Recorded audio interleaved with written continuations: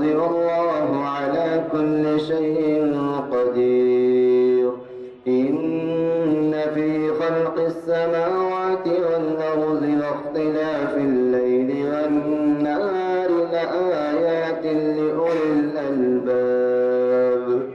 الذين يذكرون الله قياما وقعودا وعلى جنوبهم ويتفكرون في خلق السماوات والأرض ربنا ما خلقت هذا باطلا سبحانك فقنا عذاب النار ربنا إنك من تدخل النار فقد أخزيته وما للظالمين من أنصار صدق الله العظيم.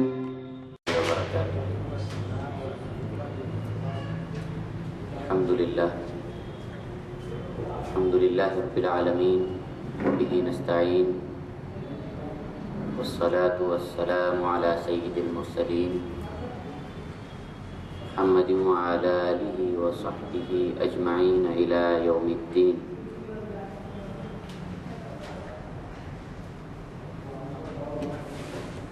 أما بعد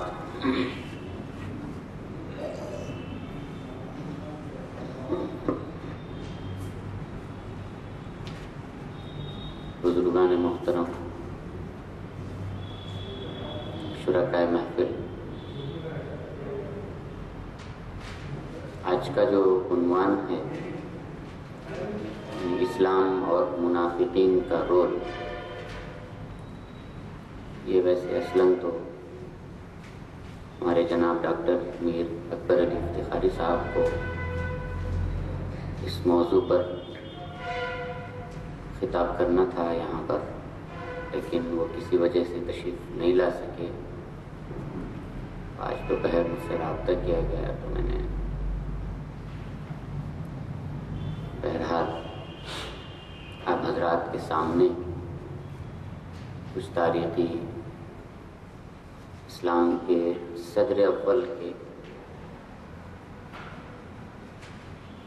حالات کے حوالے سے طبقہ منافقین سے متعلق جو باتیں ہیں اس کو اکٹھا کیا ہے.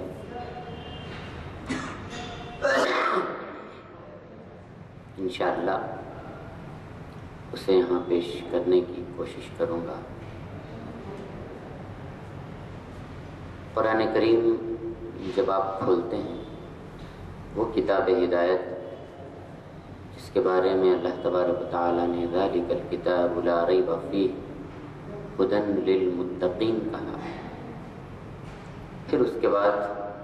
فوراً ہی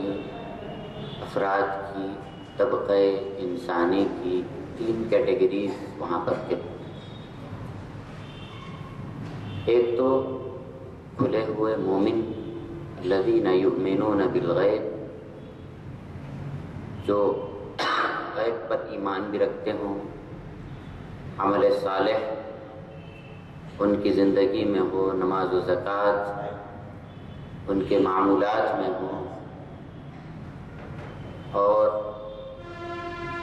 دوسرا وہ طبقہ جو کھلا ہوا کافر ہے، جن کے بارے میں قرآن کریم نے فرمایا ختم اللہ علی قلوبہم،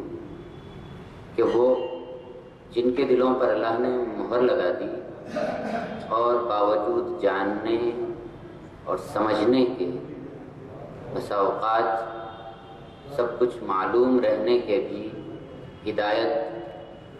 ان کو نصیب نہیں. پھر اس کے بعد ایک تیسری کیٹیگری، تیسرا طبقہ قرآن کریم نے اسی رکوع کے اندر اگلے رکوع میں بیان فرمایا کہ وَمِنَ النَّاسِ مَن يَقُولُ آمَنَّا بِاللَّهِ وَبِالْيَوْمِ الْآخِرِ وَمَا هُمْ بِمُؤْمِنِينَ، کہ افراد میں سے، لوگوں میں سے ایک طبقہ وہ بھی ہے جو تو بذات خود اپنی زبان سے تو یہ کہتا ہے کہ ہم اللہ پر اور یوم آخرت پر ایمان لائے، لیکن قرآن گواہی دے رہا ہے کہ وما ہم بمؤمنین، کہ وہ مومن نہیں ہیں، وہ مومن نہیں ہیں جیسا کہ ان کا دعویٰ ہے۔ تو یہ بنیادی تقسیم جو قرآن کریم نے کی، یہ صرف ایک وقتی تقسیم نہیں تھی، بلکہ یہ افراد انسانی کی ایک ایسی واضح تقسیم ہے کہ ہر وقت یہ پائی جائے گی، اور تاریخ کے ہر دور کے اندر یہ تینوں کیٹیگریز، تین طبقات افراد انسانی میں ملیں گے۔ ایک وہ جو مومن ہیں، ایک وہ جو کھلے ہوئے کافر ہیں، اور ایک وہ جو دعوے کے اعتبار سے تو مومن ہے، مسلمانوں کی صفوں میں ہے، بسا اوقات نماز اور روزہ بھی، نماز بھی پڑھیں گے، لیکن شمار ان کا اللہ کے پاس ایمان والوں کی فہرست میں نہیں ہے۔ اور یہی وہ طبقہ ہے جس کو منافقین کہا جاتا ہے۔ نفاق سے بنا ہے منافق، اور نفاق کا جو روٹ ورڈ ہے نفقہ، اس کے لغوی معنی ہیں اندر سے راستہ بنانے کے۔ جیسے بل ہوتی ہے، بعض وہ جانور ہوتے ہیں جو بلوں میں رہتے ہیں، یعنی اوپر سرفیس پہ ان کا گھر نظر نہیں آتا، ان کا کوئی چیز نظر نہیں آتی، اندر رہتا ہے۔ اسی وجہ سے عربی میں ٹنل جو ہوتی، سرنگ جو ہوتی ہے، اس کو نفق کہتے ہیں۔ تو گویا کہ منافق وہ شخص ہے جس کا سرفیس پہ اس کی کوئی ایکٹیویٹی سامنے نہ آئے، اور اندرونی طور پر اس کی سرگرمیاں جاری ہوں، اور باہر کوئی چیز اس کی نظر نہ آئے، بلکہ باہر بالکل ایک عام سا آدمی ہے، عام بلکہ بسا اوقات بڑھ چڑھ کر کے دین سے اور بڑھ چڑھ کر کے اپنے ایمان کی دہائیاں اور قسموں کا کھانا، اور اپنے اعمال کو دکھاوے کے ساتھ یعنی بڑھا کر کے دکھانا، یہ اور اس طرح کی بہت سی وہ حرکتیں، وہ علامتیں قرآن کریم نے جگہ جگہ بیان فرمائی۔ اور سب سے زیادہ ذکر یعنی جس طبقے کا کیا ہے قرآن کریم نے کفار کے بعد،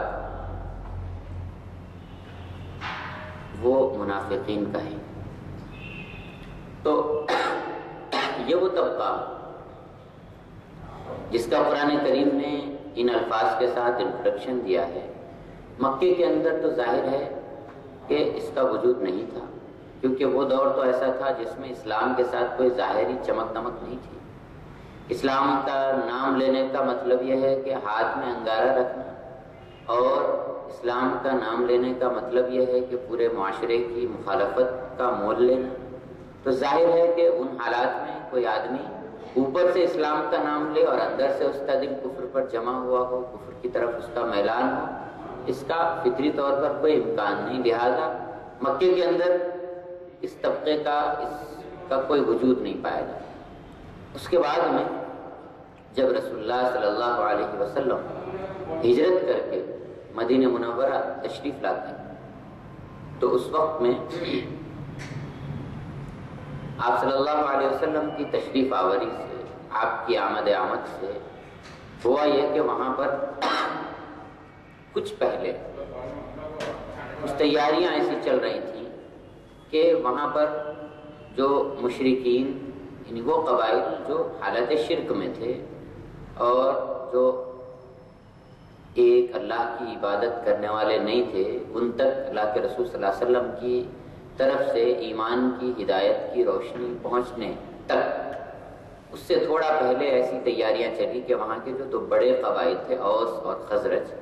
وہ دونوں لوگ ایک آدمی پر متفق ہو رہے تھے اپنا سردار ماننے کے لیے، اپنا بادشاہ بنانے کے لیے۔ اسی طرح سے کچھ سپورٹ ان کو کیا ہے کہ وہاں پر ایک اور بھی آبادی تھی یہود کی، ان کے 3 قبیلے وہاں پر آباد تھے۔ تو یہ پولیٹیکل یا وہاں کی سیاسی صورتحال تھی کہ اللہ کے رسول صلی اللہ علیہ وسلم کی آمد کے وقت میں وہاں پر 2 بڑے قبیلے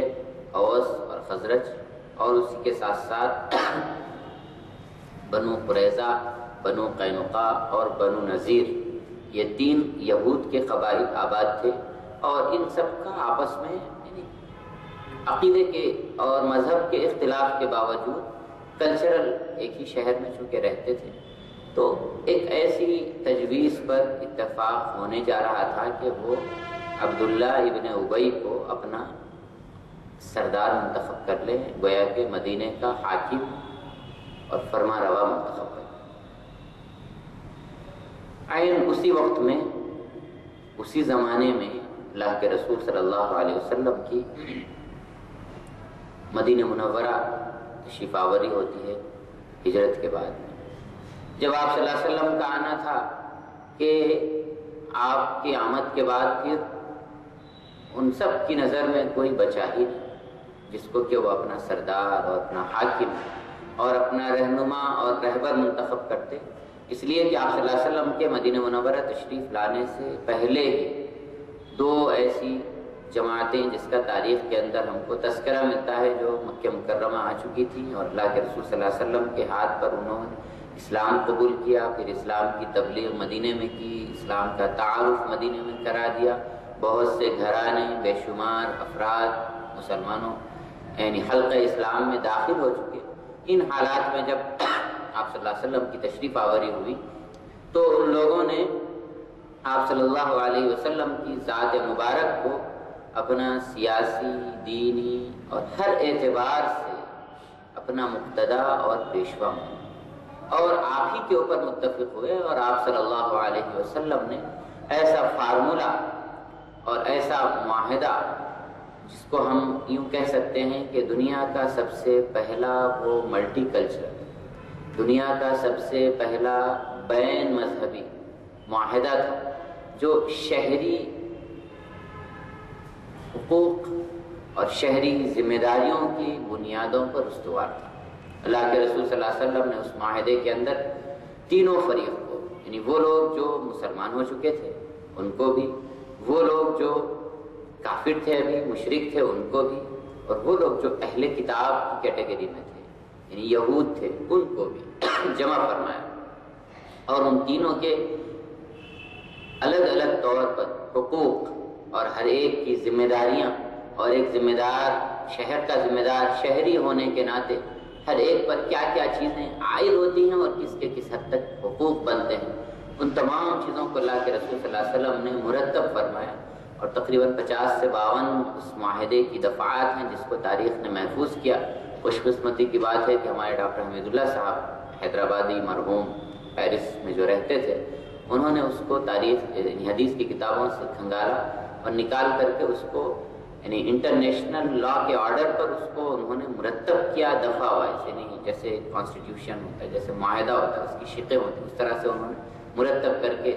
پورا اس کو بیان کیا۔ تو خیر میں یہ کہہ رہا تھا کہ اس صورتحال میں رسول اللہ صلی اللہ علیہ وسلم کی تشریف آوری ہوتی ہے، اور اس کے بعد آپ کو مدینہ منورہ کی اس چھوٹی سی اسلامی ریاست کا حاکم منتخب کیا جاتا ہے۔ اب ظاہر ہے کہ حاکم جس طبقے سے تعلق رکھتا ہو، ایک وہ طبقہ ہے جو کہ اپنے دل و جان سے رسول اللہ صلی اللہ علیہ وسلم کی اس دنیاوی حیثیت کے بغیر آپ صلی اللہ علیہ وسلم کے اوپر ایمان رکھتا تھا، کل بھی جب آپ کا کوئی ساتھ دینے والا نہیں تھا مکے کی ان سنگلاخ وادیوں میں، اور آج آپ جب مدینہ منورہ آئے ہیں اور مدینے کی باغ ڈور پوری کی پوری آپ کے ہاتھ میں ہے، تو بھی وہ طبقہ دل و جان سے اسی طرح سے آپ صلی اللہ علیہ وسلم کو چاہتا ہے اور آپ صلی اللہ علیہ وسلم پر اپنی جان نچھاور کرتا ہے۔ اسی طرح سے مدینے کی مقامی آبادی کے اندر بھی بہت سے افراد جو اللہ کے رسول صلی اللہ علیہ وسلم کو دیکھنے کے بعد میں، آپ صلی اللہ علیہ وسلم کی طرز معاشرت کو دیکھنے کے بعد میں اسلام میں داخل ہوتے ہیں۔ لیکن ایک طبقہ وہ تھا جو اپنے آپ کو کچھ زیادہ ہی ہوشیار سمجھتے تھے۔ وہ لوگ یہ سمجھتے تھے کہ جب مادی فوائد، جب دنیاوی فوائد حاکم وقت سے جڑے رہتے ہیں، تو اسی طرح سے حاکم وقت کا جو مذہب ہے اسی مذہب کا چولا پہن لیا جائے تاکہ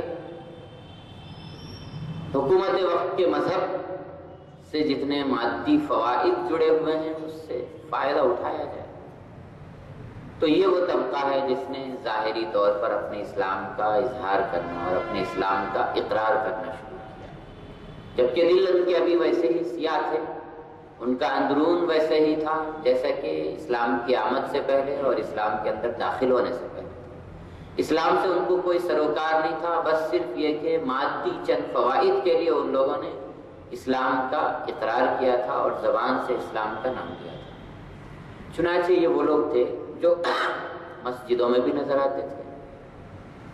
نماز بھی پڑھتے تھے، یعنی نماز پڑھتے تھے، قرآن کریم نے اس کو بیان کیا وَلَا يَأْتُونَ الصَّلَاةَ إِلَّا وَهُمْ كُسَالَىٰ، کہ وہ لوگ نماز میں آتے ہیں مگر بہت ہی سستی کے ساتھ۔ یعنی اندازہ کیجئے کہ اس معاشرے کا جس میں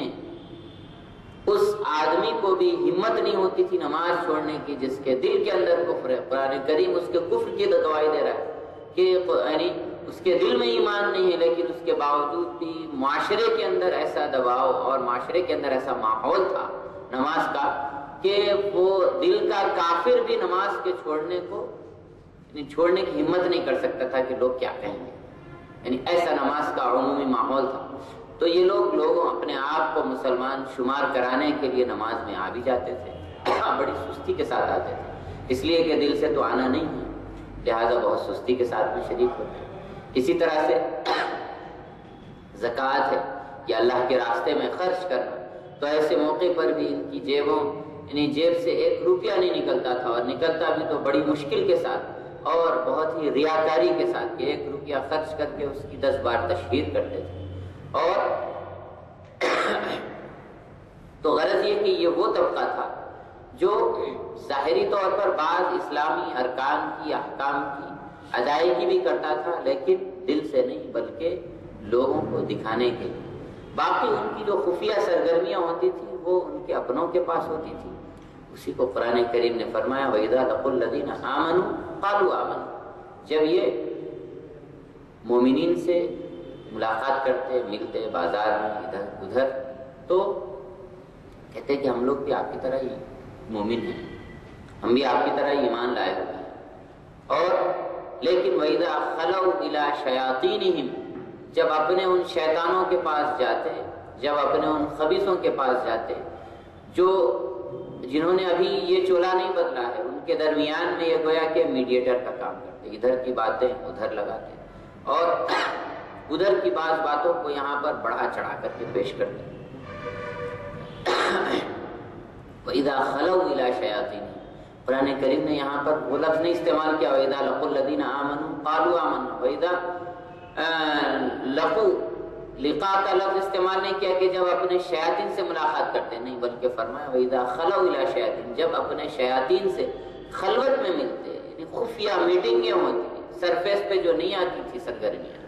جو یعنی عام لوگوں کی نظروں سے مخفی ہوتی تھی، ان کی وہ بہت ساری خفیہ نشستیں اور میٹنگیں، تو وہاں پر یہ کہتے اِنَّا مَعَكُمْ، کہ ہم تو تمہارے ساتھ ہی بھائی، اِنَّمَا نَحْنُ مُسْتَهْزِئُونَ، ہم تو بس مذاق کر رہے ہیں ان لوگوں سے، ہم تو بس ان کو الو بنا رہے ہیں، گویا کہ ہم تو بس ان سے مذاق کر رہے ہیں۔ اللہ یستہزئ بہم، اللہ تعالیٰ فرما رہے ہیں کہ اللہ ان سے مذاق کرے گا، اس لیے کہ اللہ دلوں کے حال کو جاننے والا ہے۔ اسی لیے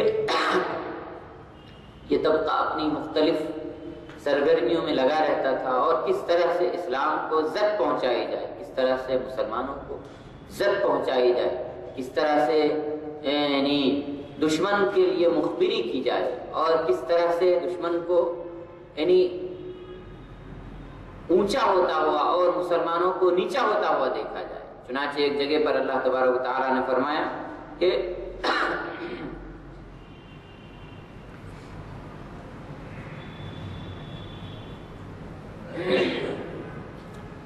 ان تصبک حسنۃ تسؤہم، جب آپ کو کوئی اچھائی پہنچتی ہے، جب مسلمانوں کے لیے کوئی خوشخبری کی بات آتی ہے تو ان کے لیے بڑی تکلیف کی بات ہوتی ہے۔ وَإِن تُصِبْكَ سَیِّئَةٌ، اور اگر کوئی مسلمانوں کے لیے غمناک خبر ہوتی ہے، کوئی حادثہ پیش آ جاتا ہے، تو پھر اس کو وہ ایشو بناتے ہیں، اسی پہ چرچا کرتے ہیں اور اسی کو اپنی ڈسکس کا موضوع بناتے ہیں، جیسا کہ ہوتا ہے آج کل ہو رہا ہے۔ تو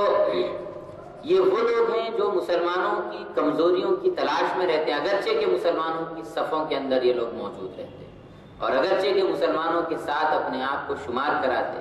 لیکن مسلمانوں کی کمزوریوں کی تلاش میں رہتے کہ کوئی کمزوری ملے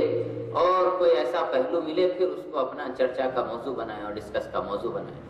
تو اس کے بعد میں پھر یہ کرتے تھے کہ مسلمان یعنی بہت سی نشانیاں قرآن کریم میں اتنی علامتیں بیان کی گئی ہیں، اتنی علامتیں کہ کئی اس کی یعنی سیریز بن سکتی ہے کہ اسلام نے منافقین کا کیا چہرہ بیان کیا ہے اور کون کون سی وہ نشانیاں بیان کی ہیں۔ یہ میں صرف قرآن کریم کے حوالے سے بات کر رہا ہوں، باقی احادیث شریفہ کے اندر نفاق کی جو علامتیں اور منافق کی جو علامتیں ہیں وہ تو اس سے اور زیادہ وضاحت کے ساتھ اور کھول کھول کر کے۔ تو فرمایا کہ بعض وہ ہوتے تھے جو خرچ کرنے والوں پر، مسلمانوں میں جو خرچ کرتا تھا اس پر وہ کچوکے لگاتے تھے، طعنہ دیتے تھے، مسلمانوں کی جو سرگرمیاں ہوتی تھیں اس کو وہ شک کی نگاہ سے دیکھتے تھے، اس کو طعنہ دیتے تھے۔ وَمِنْهُمْ مَنْ يَلْمِزُكَ فِي الصَّدَقَاتِ کہ صدقات میں اور دیگر چیزوں کے سلسلے میں آپ پر طعنے لگاتے ہیں کہ آپ نعوذ باللہ اقربا پروری کریں۔ فَإِنْ أُعْطُوا مِنْهَا رَضُوا اور جیسے کتے کو کچھ ہڈی ڈال دی جاتی ہے تو چپ ہو جاتا ہے، تو یہ لوگ بھی اسی قبیل کے ہیں کہ اگر کچھ ان کو بھی دے دیا جائے تو خاموش ہو جاتے ہیں۔ ان اعطوا منها رضوا اگر ان کو بھی عطا کر دیا جائے، کچھ عطا و بخشش رسول اللہ صلی اللہ علیہ وسلم کے پاس سے مل جائے مال غنیمت میں، اس میں شریک بھی نہیں ہوتے تھے، بہت سے جہاد کے موقع پر، جنگوں کے موقع پر اور مال غنیمت کے موقع پہ آ جاتے۔ اور اسی طرح سے ایک خاص بس قرآن کریم نے ان کا بیان کیا کہ اپنی بات کو مؤکد کرنے کے لیے، اپنی بات کو تاکید کے ساتھ سامنے والے کو یقین دلانے کے لیے یہ لوگ اللہ کے سامنے قسمیں کھا کر کے اپنے آزار بیان کرتے تھے کہ اللہ کے رسول میں تو آنا ہی چاہتا تھا بالکل، لیکن بس ایسا واقعہ پیش آ گیا، گھر میں ایسی بات پیش آ گئی کہ میں نہیں آ سکا اور ایسا ہو گیا اور ایسا ہو گیا۔ اللہ کے رسول صلی اللہ علیہ وسلم کے اوپر اللہ تبارک و تعالیٰ نے ان منافقین کی فہرست کو کھول دیا تھا، اللہ کے رسول صلی اللہ علیہ وسلم کو ان کی یعنی حالت سے مطلع فرمایا تھا۔ چنانچہ اللہ کے رسول صلی اللہ علیہ وسلم چونکہ ان سے کوئی توقع نہیں تھی اس لیے کوئی شکایت بھی نہیں کرتے تھے، ان سے کوئی توقع نہیں تھی اس لیے ان کا عذر سن لیتے اللہ کے رسول صلی اللہ علیہ وسلم اور کہتے کہ ٹھیک ہے جاؤ، ٹھیک ہے جاؤ۔ اسی کے اندر ایک اور واقعہ بھی میں بتاؤں، تاریخ نفاق کے اندر اللہ کے رسول صلی اللہ علیہ وسلم اسی طرح سے قبول کر لیتے تھے عذر جو منافقین ہوتے اور آ کر کے جھوٹے سچے اعذار بیان کرتے، قسمیں کھا کر کے اللہ کے رسول صلی اللہ علیہ وسلم یعنی ان کے عذر کو قبول کر لیتے اور ان کو نظر انداز کر دیتے تھے۔ لیکن غزوہ تبوک کا واقعہ ہے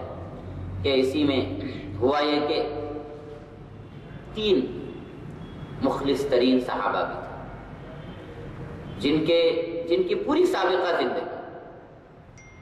اس بات کی گواہ تھی کہ وہ سچے پکے مسلمان، ان کا کوئی ظاہر باطن سے خلاف نہیں تھا، ان کی کوئی پچھلی ایسی کاروائی، کوئی ان کی زندگی کے اندر کوئی ایسا واقعہ بھی نہیں تھا جو ان کو شک کے گھیرے میں لا سکے، بالکل مومنانہ زندگی تھی۔ لیکن ایک چوک ہوئی چھوٹی سی، تبوک کے غزوے کے موقع پر جب اللہ کے رسول صلی اللہ علیہ وسلم نے اعلان فرمایا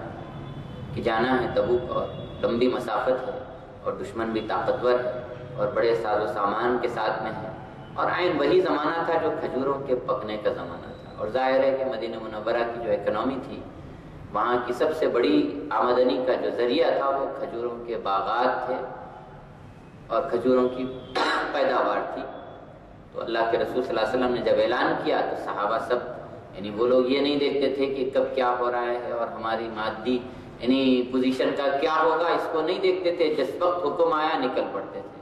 اللہ کے رسول صلی اللہ علیہ وسلم کے حکم پر وہ لوگ نکل پڑے۔ یہ 3 صحابہ ایسے تھے جن میں ایک حضرت کعب بن مالک تھے اور ایک دو صحابہ اور تھے، تو وہ تینوں کسی طرح سے بہرحال قافلے سے پیچھے رہ گئے، نکلنے سے رہ گئے۔ ایک صحابی تو یہ ہوا کہ کھجور کے بارے میں یا کچھ اور کام ایسے آ گئے کہ تھوڑا سا تساہلی ہو گئی، پھر بعد میں جب یعنی سوچا کہ ابھی تو قافلہ مدینے سے نکلا ہے، میرے پاس تیز رفتار سواریاں ہیں، میں جا کر کے مل لوں گا، اور تھوڑی دور 1 دن گزرا، 2 دن گزرا، اسی طرح سے اتنی اتنی مدت ہو گئی کہ اب قافلے کو کیچ کر پانا ممکن نہیں رہا تو رہ گئے ہو۔ بہرحال اللہ کے رسول صلی اللہ علیہ وسلم غزوہ تبوک سے یعنی گئے بھی وہاں پر اور وہاں سے واپس بھی تشریف لائے، اور لانے کے بعد جب منافقین کی لائن لگی اپنے اعذار سنانے کے لیے، اللہ کے رسول صلی اللہ علیہ وسلم سب کے عذر سنتے تھے اور ہر ایک کو نظر انداز کر دیتے تھے کہ بھائی تم سے تو توقع ہی نہیں تھی، لہذا تم نہیں آئے تو کوئی تعجب بھی نہیں، کوئی شکایت بھی نہیں۔ لیکن جب یہ صحابہ آئے اور اپنا عذر بیان کرنے کے لیے انہوں نے شروع کیا، تو اس وقت میں حضرت کعب بن مالک رضی اللہ تعالی عنہ نے ایک اہم ترین جو چیز جو صفت منافق کی بتائی گئی، کہ جتنی بھی احادیث میں نے اس پہ وہ کی دیکھی میں نے، تو ایک مشترک صفت بتایا کہ اذا حدث کذب، جب وہ بات کرتا ہے تو جھوٹ بولتا ہے۔ جھوٹ ایک ایسی علامت ہے نفاق کی کہ جس کے اندر جھوٹ پایا جائے تو سمجھ لیجئے اس لیے کہ نفاق تو اللہ کے رسول صلی اللہ علیہ وسلم تک یعنی وہ تھا کہ حتمی طور پر ہم کہہ سکتے تھے کہ بھئی یہ آدمی منافق ہے، اس لیے کہ اللہ نے رسول اللہ صلی اللہ علیہ وسلم کو بتایا۔ لیکن بعد والوں کے لیے اللہ کے رسول صلی اللہ علیہ وسلم نے وہ حکم لگانے کی تو اتھارٹی نہیں دی کہ ہم کسی کے بارے میں فیصلہ کر دیں کہ یہ منافق ہے، لیکن علامتیں بتا دی، اور ان علامتوں میں سب سے بنیادی علامت اللہ کے رسول صلی اللہ علیہ وسلم نے بتائی کہ وہ آدمی جب بولتا ہے تو جھوٹ بولتا ہے، اذا حدث کذب، تو جھوٹ نفاق کی سب سے بڑی علامت ہے۔ تو حضرت کعب بن مالک رضی اللہ تعالیٰ عنہ نے اس موقع پر دربار رسالت میں آپ صلی اللہ علیہ وسلم کے اندر آ کر کے فرمایا کہ اللہ کے رسول صلی اللہ علیہ وسلم لقد اعطیت جدلا، کہ اللہ نے مجھے وہ ملکہ عطا کیا ہے کہ میں آپ کے سامنے ایسا میں بیان کر دوں گا اپنے عذر کو، یا ہے کہ اس طرح سے بیان کر دوں گا کہ واقعے کو میں اس کی ملمہ سازی کر دوں گا، اور میرے اندر ٹاکنگ پاور ایسا ہے کہ آپ میرے عذر کو قبول کرنے پر آمادہ ہو جائیں گے، ایسا ٹاکنگ پاور میرے اندر ہے۔ لیکن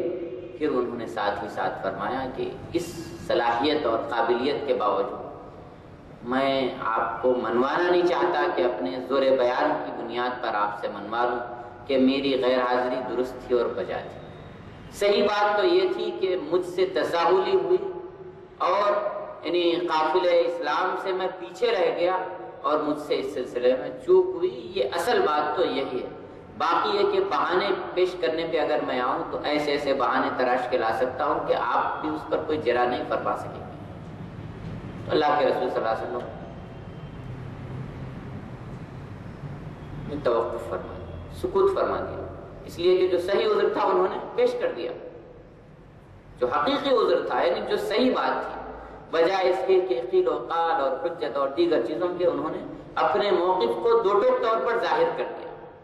تو یہ پہلی علامت ان کی یہ ہو گئی کہ وہ نفاق کے اس دائرے سے نکل گئے کہ انہوں نے جھوٹ سے کام نہیں لیا، جو تھی بات اس کو صحیح طور پر علن اعلان واضح طور پر، چاہے رسول اللہ صلی اللہ علیہ وسلم کو کیسی ہی لگے، چاہے وہ مجھے کس زمرے کے اندر بھی شمار کریں، کوئی مجھے اس سے لینا دینا نہیں، باقی اللہ دیکھے گا، لیکن میں نے تو جھوٹ سے کام نہیں لیا اور جو کچھ تھا وہ میں نے سچ بیان کر دیا۔ اللہ کے رسول صلی اللہ علیہ وسلم نے ان کو بھی اور ان کے ساتھ جو دو اور تھے ان کو بھی ایک طرف کر دیا، باقی سب کو بھیجا دیا، اور ان تینوں کے معاملے کو اللہ تبارک و تعالیٰ کے فیصلے پر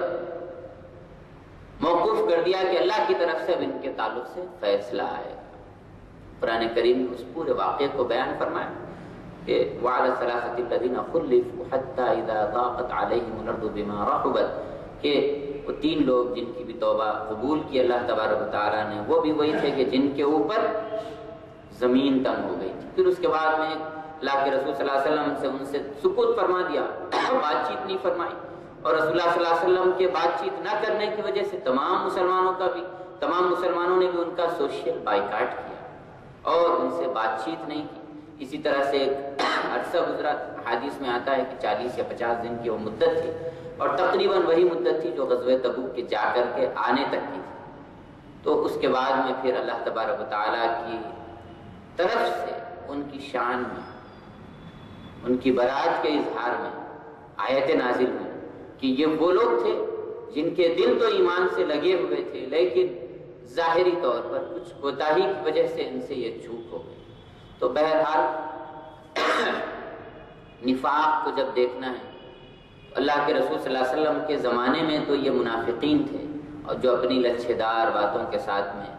لوگوں کو مطمئن بھی کرتے تھے، لوگوں کو اپنی پالیسیز سے قائل بھی کرواتے تھے اور سب کچھ، لیکن قرآن کریم نے جگہ جگہ ان کے ایمان کی نفی کی، اور جگہ جگہ ان کی جو اندرونی کارروائیاں ہوتی تھیں ان کو بیان فرمایا۔ تو بہت سی نشانیاں قرآن کریم کے اندر بیان فرمائی، بنیادی علامتوں سے جیسا میں نے بتایا کہ مومنین پر طعنے دیتے تھے، اسی طرح سے اللہ کے راستے میں خرچ کرنے سے وہ لوگ گریز کرتے تھے، اور ایک خاص بات بیان فرمائی، والمرجفون فی المدینہ، یہ وہ گروہ تھا جو مختلف قسم کی افواہوں کو ہوا دیتا تھا۔ کوئی ایک بے بنیاد بھی بات آ گئی سامنے تو اس کو لے اڑے، اب اس کو پھیلا رہے ہیں اور اس کو لوگوں کے سامنے بیان کر رہے ہیں، اس کی کیا حقیقت اور حال ہے اس سے واقف نہیں ہے بنیادی طور پر، لیکن اس کے باوجود لوگوں کے اندر پھیلا رہے ہیں، اس لیے کہ جگ ہنسائی مسلمانوں کی ایک کریہ تصویر اور ایک شبیہ بگڑ کر کے لوگوں کے سامنے آئے۔ تو اللہ کے رسول صلی اللہ علیہ وسلم یعنی وہ قرآن کریم نے اس یعنی منافقین کا جہاں ذکر فرمایا، ان کی اس عادت کو بھی بیان فرمایا کہ ان کا یہ شیوا ہوتا ہے کہ کوئی بات بے بنیاد ہو چاہے با بنیاد ہو، اس چیز کے اندر کیا سچائی ہے بس اس کو جانے بغیر وہ لے اڑتے اور لوگوں کے اندر اس بات کو پھیلانا شروع کرتے ہیں، اور تاکہ مسلمانوں کی شبیہ خراب ہو۔ اور پھر اس کے بعد میں ایسی بہت سی علامتیں قرآن کریم نے بیان فرمائی۔ تو یہ وہ چیزیں تھیں جو اللہ کے رسول صلی اللہ علیہ وسلم کی زندگی میں، آپ کی حیات طیبہ کے اندر حتمی طور پر رسول اللہ صلی اللہ علیہ وسلم کو معلوم کرا دی گئی تھی کہ فلاں شخص مومن ہے، فلاں شخص منافق ہے، اور فلاں شخص کی یہ دلی کیفیت ہے، اللہ کے رسول صلی اللہ علیہ وسلم کو بتا دیا گیا تھا۔ بہت سے موقعوں پر رسول اللہ صلی اللہ علیہ وسلم یعنی حکمت عملی کے تحت درگزر سے کام لیتے تھے۔ چنانچہ ایک منافق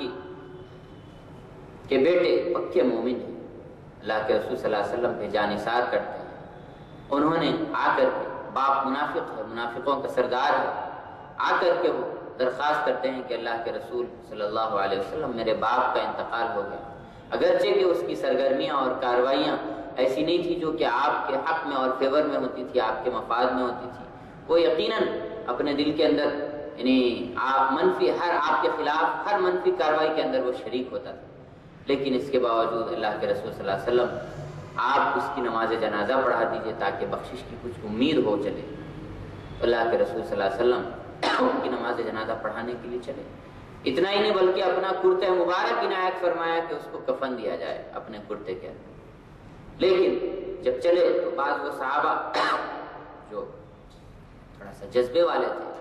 وہ لوگ آپ صلی اللہ علیہ وسلم کا دامن پکڑ کے کھینچ رہے ہیں کہ اللہ کے رسول کس کی نماز جنازہ پڑھانے کے لیے آپ جا رہے ہیں؟ آپ کس کی نماز جنازہ پڑھانے کے لیے جا رہے ہیں جس کا تو نفاق بالکل جگ ظاہر تھا؟ اللہ کے رسول صلی اللہ علیہ وسلم نے ان تمام باتوں کو نہ لیتے ہوئے بہرحال اس کی نماز جنازہ پڑھائی۔ اس کے بعد قرآن کریم کی وہ آیتیں آئیں، وَلَا تُصَلِّ عَلَىٰ أَحَدٍ مِّنْهُمْ مَاتَ وَلَا تَقُمْ عَلَىٰ قَبْرِهِ، کہ نہ تو ان میں سے کسی کی نماز پڑھائیے آپ اور نہ ہی کسی کی ان میں سے قبر پر ٹھہریے۔ ان تستغفر لهم 70 مرہ، اگر آپ 70 دفعے بھی اگر ان کے لیے دعائے مغفرت کریں تو ان کی مغفرت کی کوئی امید نہیں، اس لیے کہ یہ وہ طبقہ ہے جس نے اسلام کے خلاف ظاہری طور پر مورچہ سنبھالنے کے بجائے خفیہ طور پر اپنی کارروائیوں کو خفیہ طور پر اپنی کارروائیاں جاری رکھی اور اسلام کو اندر سے نقصان پہنچانے کی کوشش کرتے رہے۔ تو یہ وہ طبقہ تھا جو اسلام کے اولین دور میں نبی صلی اللہ علیہ وسلم کے دور میں باقاعدہ وحی الہی کی جانب سے نبی صلی اللہ علیہ وسلم کو بتا دیا گیا تھا، لیکن بعد میں آنے والوں کے لیے اللہ کے رسول صلی اللہ علیہ وسلم نے کسی انسان کو، کسی عام مسلمان کو، آدمی کو یہ اتھارٹی نہیں دی کہ وہ کسی کے دل کے متعلق فیصلہ کرے کہ یہ مومن ہے یا منافق۔ ایک بات یاد رکھیں، فتنوں کے دور میں بتا رہا ہوں کہ بہت سی دفعہ ایسا ہوتا ہے کہ کسی پر الزام لگانا بہت آسان ہوتا ہے کہ فلاں منافق ہے اور فلاں بکاؤ ہے اور فلاں یوں۔ یاد رکھیے کہ کس کے دل کی کیا کیفیت ہے ہم نہیں جانتے، ایک مسلمان کو اس کی اتھارٹی نہیں دی گئی۔ چنانچہ اللہ تبارک و تعالیٰ نے فرمایا ایھا الذین آمنوا اجتنبوا کثیرا من الظن، کہ بہت سی بدگمانیوں سے بچو، ظاہری طور پر اگر کسی کا کوئی موقف سامنے آتا ہے تو اس سے اختلاف کی گنجائش ہو سکتی ہے، لیکن کسی پر حکم لگانا اتنا آسان نہیں۔ اس کے بجائے اللہ کے رسول صلی اللہ علیہ وسلم نے بہت سی وہ علامتیں بتا دی جن علامتوں کی روشنی میں کسی کے متعلق سمجھا جا سکتا ہے کہ اس کے اندر نفاق کی علامتیں ہیں، یہ علامتیں نفاق کی علامتیں ہیں، اور یہ چیزیں نفاق کے کام ہیں۔ ان میں سے سر فہرست جیسا کہ میں نے بتایا کہ اذا حدث کذب، جب بولتا ہے تو وہ جھوٹ بولتا ہے، اندر کچھ ہوتا ہے باہر کچھ ہوتا ہے، واقعہ کچھ ہوتا ہے حقیقت کچھ ہوتی ہے، اور اس کی زبان پر کچھ ہوتا ہے۔ وَإِذَا وَعَدَ أَخْلَفَ، اور جب وعدہ کرتا ہے اس کی خلاف ورزی کرتا ہے۔ یہ دوسری اہم ترین علامت جو بتائی، ایک تو زبان کا وہ جھوٹا ہوتا ہے، اور دوسرے وعدے کا وہ خلاف ورزی کرنے والا، اور تیسرا وَإِذَا اؤْتُمِنَ خَانَ، جب اس کے پاس کوئی امانت رکھائی جاتی ہے، کسی بھی طرح کی کوئی امانت اس کو دی جاتی ہے، تو اس امانت کے اندر وہ خیانت کرتا ہے اور خیانت کا مرتکب ہوتا ہے۔ یہ تین بلکہ اور بھی علامتیں بتائیں، مرکزی بنیادی طور پر یہ کامن وہ چیزیں ہیں جو ایک منافق کے اندر پائی جاتی ہیں۔ اللہ کے رسول صلی اللہ علیہ وسلم نے بہت وضاحت کے ساتھ کئی احادیث کے اندر تکرار کے ساتھ میں اس بات کو بیان فرمایا۔ تو بہرحال ہم سب کو بھی اپنا جائزہ لینے کی ضرورت ہے، دوسرے کو بولنے سے پہلے۔ کسی کے متعلق کس کے دل کے ایمان کی کیا کیفیت ہے ہم نہیں جانتے، اور دلوں کا حال اللہ جانتا ہے، لیکن ہم اپنا محاسبہ تو کر سکتے ہیں کہ ہمارے اندر یہ کیفیات اور یہ علامتیں تو پائی نہیں جاتی۔ اور اسی کے ساتھ ساتھ جو میں نے پولیٹیکل اور سیاسی طور پر جو صدر اسلام کے اولین عہد کے اندر جو سیناریو تھا، وہ چیز جب بھی پیش آئے گی تو اس طرح کے افراد سامنے آئیں گے اور اس طرح کی باتیں سامنے آئیں گی کہ ایک وہ طبقہ ہوگا جو مخالفین سے مل چکا ہوگا اور اندر ملا ہوا ہوگا، ظاہری طور پر مسلمان ہوگا، اور لیکن بہرحال اس کی بھی کچھ حدود اور قیود ہیں۔ حکم لگانے سے پہلے کسی پر 100 بار سوچنے کی بات ہے۔ باقی ہے کہ ہم میں سے ہر ایک کو اپنا محاسبہ کرنے کی ضرورت ہے کہ ہمارے اندر تو کہیں یہ باتیں نہیں پائی جاتی، کہیں ہم یعنی ایمان اور اسلام کا نام لیتے ہوئے بھی اللہ کے پاس منافقین کی فہرست میں تو شامل نہیں ہیں۔ تو اس میں سب سے اہم ترین چیز جو بتائی میں نے کہ آدمی کا ظاہر اور باطن کے اندر یکسانیت نہ ہو، یہ سب سے اہم ترین، اور بول کے اندر اور حقیقت کے اندر اختلاف ہو، یہ یعنی جس کو جھوٹ کہتے ہیں۔ جھوٹ کیا ہوتا ہے؟ حقیقت میں اور زبان کے اندر دونوں میں تضاد ہو، یہی جھوٹ ہے۔ تو جھوٹ اور وعدہ خلافی اور خیانت اور دیانتداری سے کام نہ لینا، یہ نفاق کی جو بنیادی علامتیں ہیں جو جہاں جہاں بھی پائی جائیں گی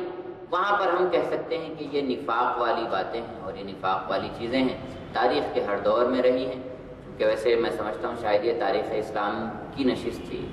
شریعت انفارمیشن کی تو نہیں ہے، تاریخ اسلام کی نشست تھی۔ تاریخ کے حوالے سے میں گفتگو کرتا لیکن کافی طویل ہو جاتی۔ بہرحال انشاءاللہ کسی اور موقع پر اللہ تبارک و تعالی مجھے اور آپ کو سب کو اس دور فتن کے اندر اپنے ایمان کا جائزہ لینے کی، اپنا محاسبہ کرنے کی،